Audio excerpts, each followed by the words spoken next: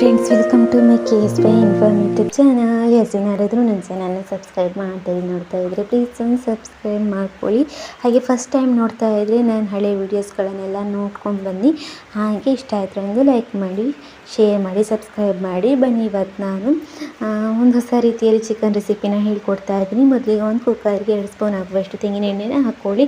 ಒಂದು 6 ಬೆಳ್ಳುಳ್ಳಿ ಎಸ್ಲನ್ನ ಹಾಕ್ಕೊಳ್ಳಿ. ಹಾಗೆ ಒಂದು ಈರುಳ್ಳಿನ ಕಟ್ ಮಾಡಿಬಿಟ್ಟು ಹಾಕ್ಕೊಳ್ಳಿ.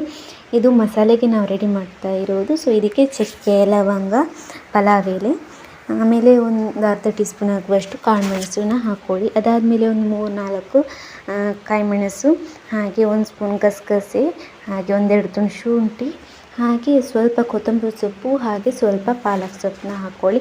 ಎಷ್ಟು ಕೊತ್ತಂಬರಿ ಸೊಪ್ಪು ತಗೋತೀರೋ ಅಷ್ಟೇ ಪಾಲಕ್ ಸೊಪ್ಪು ತಗೊಳ್ಳಿ. ಇದರಲ್ಲಿ ಪಾಲಕ್ ಸೊಪ್ಪಲ್ಲಂತೂ ತುಂಬ ಒಳ್ಳೆ ನ್ಯೂಟ್ರಿಷನ್ ಇರುತ್ತೆ. ಸೊ ಇದೇ ತುಂಬ ಒಳ್ಳೆಯದಲ್ವ.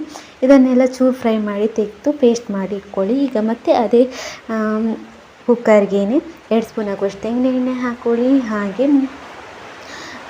ಸ್ವಲ್ಪ ಜೀರಿಗೆ ಹಾಕೋಬೋದು, ಒಗ್ಗರಣೆಗೆ ಸಾಸಿವೆನೂ ಹಾಕೋಬೋದು. ಕೆಲವೊಬ್ಬರು ಸಾಸಿವೆ ಹಾಕಲ್ಲ. ಸೊ ಹಾಗಾಗಿ ಒಂದು ಈರುಳ್ಳಿನ ತಗೊಂಡು ಹಚ್ಬಿಟ್ಟು ಚೆನ್ನಾಗಿ ಫ್ರೈ ಮಾಡಿ, ಶುಂಠಿ ಬೆಳ್ಳುಳ್ಳಿ ಪೇಸ್ಟ್ ಹಾಕ್ಕೊಳ್ಳಿ. ಅದನ್ನು ಚೆನ್ನಾಗಿ ಫ್ರೈ ಮಾಡಿ ಚಿಕನ್ ಹಾಕ್ಕೊಳ್ಳಿ. ಚಿಕನ್ ಹಾಕ್ಕೊಂಡು ರುಚಿಗೆ ಬೇಕಾದಷ್ಟು ಉಪ್ಪನ್ನ ಹಾಕ್ಕೊಳ್ಳಿ. ಅದಾದಮೇಲೆ ನೀರು ಬಿಟ್ಕೊಳ್ಳೋವರೆಗೂ ಹಾಗೆ ಫ್ರೈ ಮಾಡಿಬಿಟ್ಟು ಆವಾಗಲೇ ಏನು ರುಬ್ಬಿಟ್ಕೊಂಡಿದ್ದೀವಿ ನೋಡಿ, ಆ ಮಸಾಲೆನ ಇವಾಗ ಆ್ಯಡ್ ಮಾಡ್ಕೊತಾ ಇದ್ದೀನಿ. ಆ್ಯಡ್ ಮಾಡಿಕೊಂಡು ನೀರು ಹಾಕ್ತಿಲ್ಲ, ಒಂದು ಸಲ ಕುದಿ ಬರೋದಕ್ಕೆ ಇಟ್ಬಿಡಿ. ಒಂದು 10 ನಿಮಿಷ ಕುದಿ ಬಂದಮೇಲೆ ಅದಾದಮೇಲೆ ಒಂದು ಅರ್ಧ ಲೋಟ ನೀರು ಹಾಕ್ಬಿಟ್ಟು ವಿಷಿಲ್ ಹಾಕ್ಬಿಟ್ಟು 2 ವಿಷಿಲ್ ಕೂಗಿಸ್ಕೊಳ್ಳಿ. ಅದಾದಮೇಲೆ ತೆಗೆದು ನೋಡಿದಾಗ ಸೂಪರಾಗಿ ಚಿಕನ್ ಬೆಂದಿರುತ್ತೆ, ಗ್ರೇವಿ ಥರನೂ ಆಗಿರುತ್ತೆ.